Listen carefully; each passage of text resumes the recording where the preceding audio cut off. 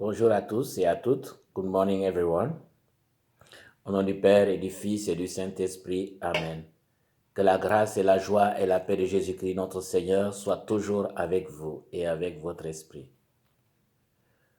Pour bien célébrer l'Eucharistie, nous devons nous présenter avec un cœur purifié. Reconnaissons que nous sommes pécheurs et pécheresses et demandons à Dieu de nous manifester sa miséricorde et son pardon. Prions le Seigneur. Dans ton inlassable tendresse, nous t'en prions, Seigneur, veille sur ta famille. Elle s'appuie sur la grâce du ciel, son unique espérance, qu'elle soit toujours assurée de ta protection par Jésus-Christ, ton Fils, notre Seigneur, qui vit et règne avec toi à l'unité du Saint-Esprit, maintenant et pour les siècles des siècles. Amen. Alléluia, Alléluia, Alléluia, Alléluia.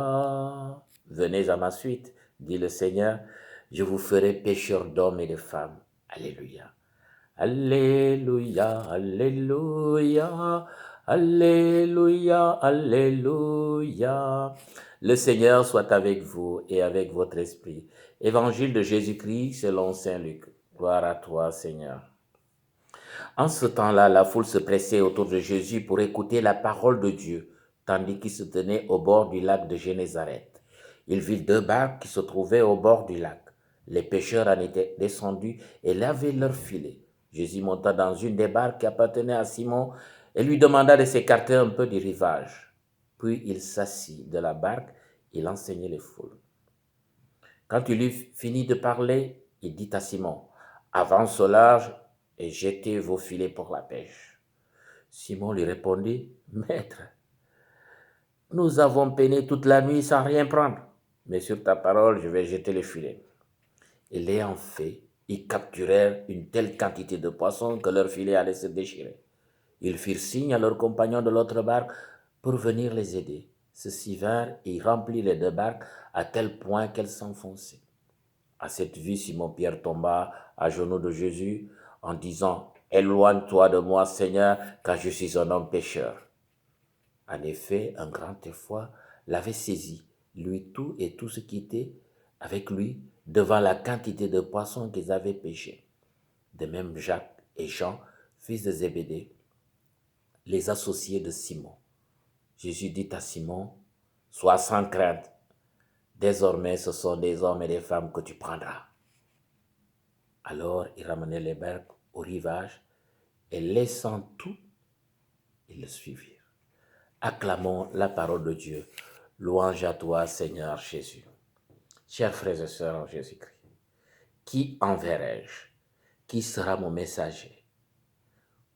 Avance au large et jetez vos filets pour la pêche. Autant d'invitations ou des interrogations que nous entendons dans les textes de ce dimanche. Oui, en effet, dans son plan de salut, Dieu le Père, ou son Fils Jésus-Christ, sollicite la collaboration des hommes et des femmes de tous les temps, en tout lieu. En effet, qui peut être choisi, appelé ou envoyé comme prophète, comme apôtre, comme disciple. Les textes de ce dimanche nous invitent à méditer encore une fois de plus sur notre vocation chrétienne, qu'elle soit prophétique, apostolique ou baptismale, etc. En effet, au-delà de la décision d'envoyer en son temps son propre Fils Jésus-Christ, Dieu se choisit des hommes et des femmes selon les besoins. Ce fut le cas d'Isaïe à l'époque du roi Osias et au temps de Jésus, Pierre, André, Jacques et Jean aux abords du lac de Génézareth. Un bon recrutement de pêcheurs de poissons. Il va en faire des pêcheurs d'hommes et de femmes.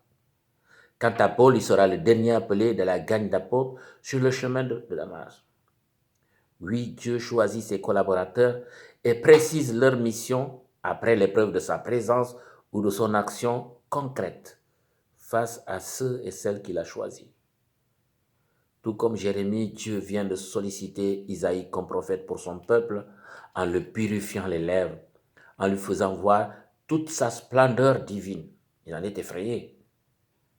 Isaïe se propose volontairement à faire la job de prophète, le métier de prophète, la vocation de prophète, ignorant l'ampleur de la mission.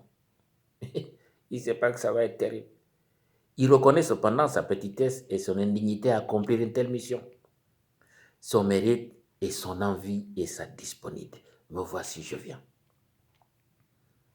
Oui, choisi et appelé pour être prophète à un moment où le peuple de Dieu vit une crise spirituelle et sociale. Surtout au moment où son mental et sa psychologie sont au plus bas.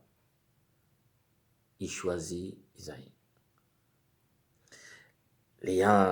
Ayant la garantie et le soutien de Dieu, la peur d'Isaïe se transforme en puissance et en force dans sa vie de prophète, un grand prophète qui a de l'allure. C'est dire encore une fois, comme pour Jérémie, tout est possible avec Dieu, avec sa grâce. Dieu ne choisit pas ceux qui sont capables, mais il rend capables ceux et celles qu'il a choisis. C'est la même dynamique avec Jésus au bord du lac de Génézareth. Il prend des pêcheurs de poissons. Ce n'est pas la haute aristocratie. Ces pêcheurs, il va en faire des apôtres. Et ce, malgré la déception chez lui à Nazareth à la suite de la révélation de sa divinité, de sa messianité. Ça n'a pas marché. Mais Jésus appelle, choisit, ça gagne les premiers apôtres, Pierre, Jean, André et Jacques. Des pêcheurs de poissons, il en a fait des pêcheurs d'hommes et de femmes en vue du salut universel du monde. Ce choix sera même élargi aux collecteurs d'impôts, Matthieu, des simples citoyens, et même à un persécuteur de ses disciples, Paul, Saul. Dans ce plan de salut, chacun peut être appelé à participer à cette œuvre merveilleuse de salut. Il appartient à chacun, à tout baptisé ou pas, de discerner où il est envoyé pour exercer sa vocation.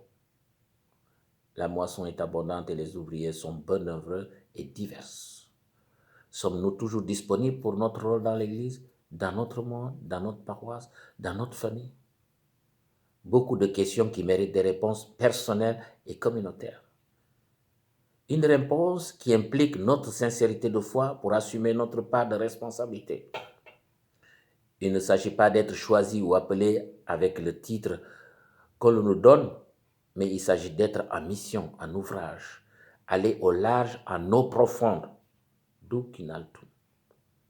Être prophète ou apôtre ou disciple missionnaire, celui qui fait le travail pastoral pour lequel il a été appelé et choisi pour. Il n'est jamais trop tard pour aller au champ apostolique. Chacun a son heure.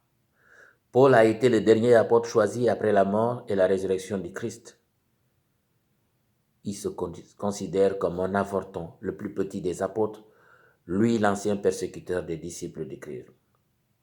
Avec la grâce de Dieu, tout est possible. Tendons les oreilles pour entendre ses appels, comprendre et faire ce qu'il attend de chacun et de chacune de nous. Avec son Fils Jésus, prenons notre barque et avançons au large avec lui pour passer vers l'autre rive, pour aller à la pêche, pour aller vers l'horizon qui nous mènera vers Dieu son Père.